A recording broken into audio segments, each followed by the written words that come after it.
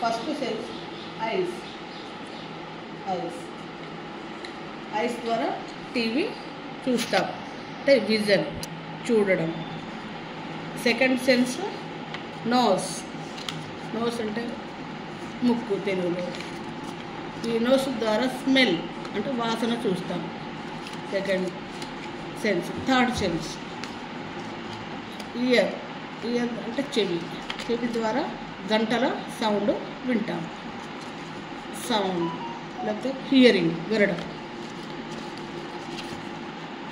Third sense mouth, tongue, నాలుక ద్వారా mango తినడంతో దాని టేస్ట్ చూస్తాం, మ్యాంగో టేస్ట్.